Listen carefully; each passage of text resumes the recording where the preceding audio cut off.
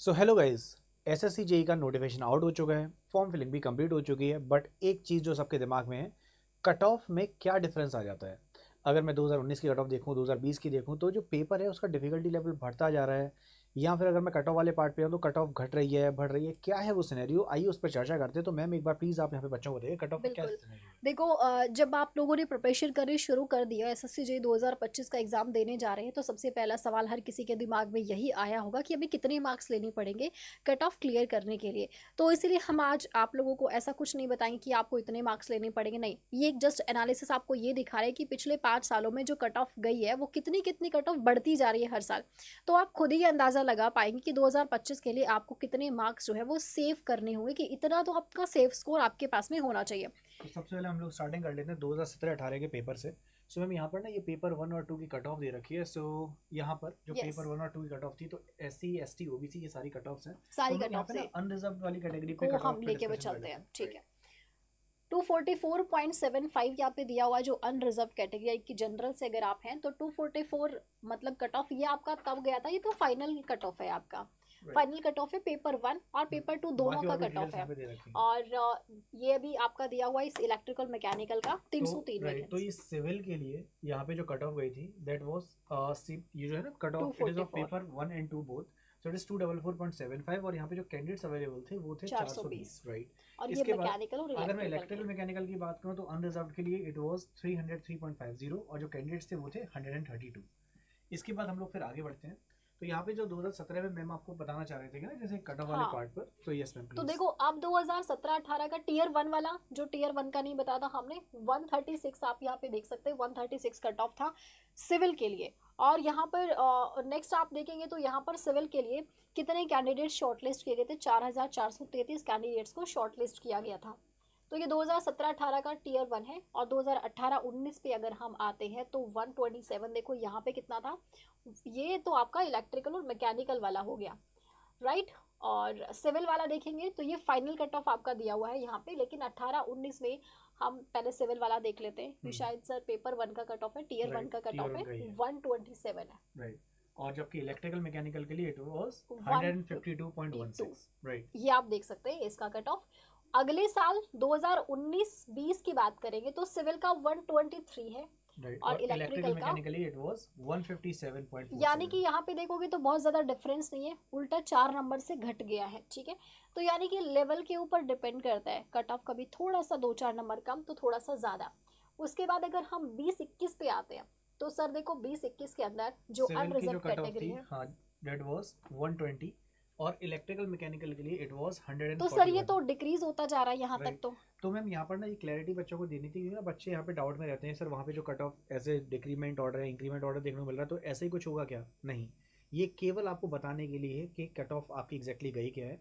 The point is कि cut off किस factor पर निर्भर करती है। तो कट ऑफ के बहुत सारे फैक्टर्स होते हैं। नंबर 1 की टोटल नंबर ऑफ वैकेंसी जितनी है मैम। वो भी दूसरा, डिपेंड करता है। कितने बच्चे वहाँ पर पेपर देने गए, यानी कितने बच्चों ने पेपर अटेम्प्ट किया। और थर्ड इंपॉर्टेंट चीज़ कि आपका पेपर का लेवल क्या रहा था। Level of so exam. ये तीन चीज़ें जब तक नहीं पता लगेंगी तब तक आप पहले से कट ऑफ नहीं बता सकते। और ऑब्वियसली बात है कि अभी एसएससी जी का एग्जामिनेशन हुआ नहीं है, 27 अक्टूबर को होगा।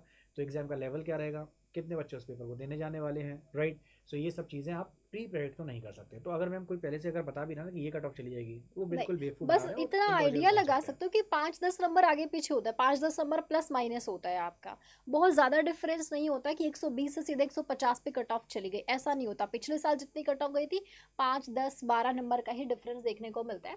तो उसके बाद अगर अगले साल की कट ऑफ देखें, ये 2022 का कट ऑफ है सिविल के लिए 110, या तो सर और भी ज़्यादा कम हो गई है।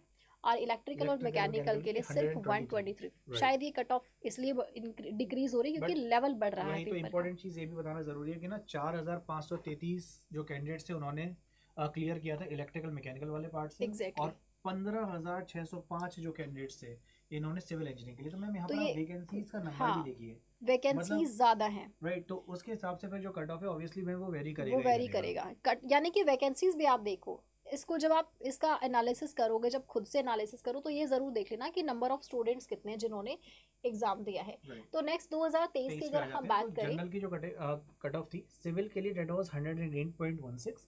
और यहाँ पे जो कैंडिडेट्स कितने अवेलेबल थे, सो दे वर 1373। 1373, राइट।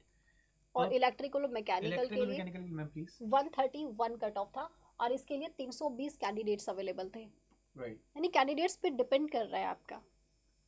उसके बाद देखो 2024 की बात करेंगे तो 2024 के अंदर जो अनरिजर्व कैटेगरी तो मैम वाला यहाँ पे नंबर ऑफ वैकेंसीज में भी आप देखिए कितना डिफरेंस है, मतलब किसी जगह पर अगर मैं अनरिजर्व कैटेगरी में जा रहा हूँ यहाँ पे 551 है, कहीं पर कुछ अमाउंट टोटल Exactly. कैंडिडेट्स थे, तो इधर जो अनरिजर्व कैटेगरी की थी ये आपकी इलेक्ट्रिक मैकेनिकल के लिए सो 2024 में 132 अनरिजर्व की गई है 132।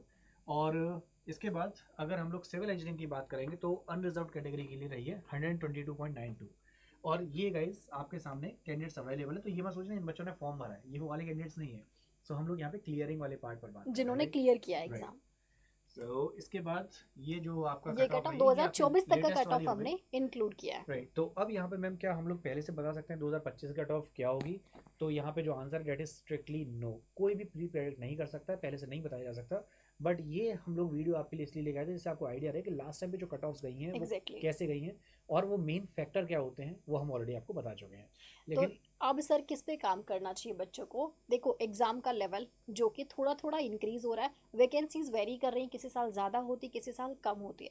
तो मेरे ख्याल से आप लोगों को सबसे पहले ना एग्जाम का प्रोसेस फॉलो करना चाहिए। सर एग्जाम का प्रोसेस फॉलो करेंगे तो ये सारी चीज़ें देखने की ज़रूरत ही नहीं पड़ती है। लाइक अगर आप लोगों ने प्रॉपरली सिलेबस अपना कंप्लीट किया है, प्रॉपर आप उसका मॉक टेस्ट लगा रहे हैं, प्रॉपर प्रैक्टिस कर रहे हैं, तो मेरे ख्याल से प्रोसेस फॉलो कर रहे हैं आप, तो फिर कोई ज़रूरत नहीं आपको कट ऑफ वगैरह को एनालिसिस करने की, एंड डेफिनेटली आप एग्जाम क्लियर कर लेंगे।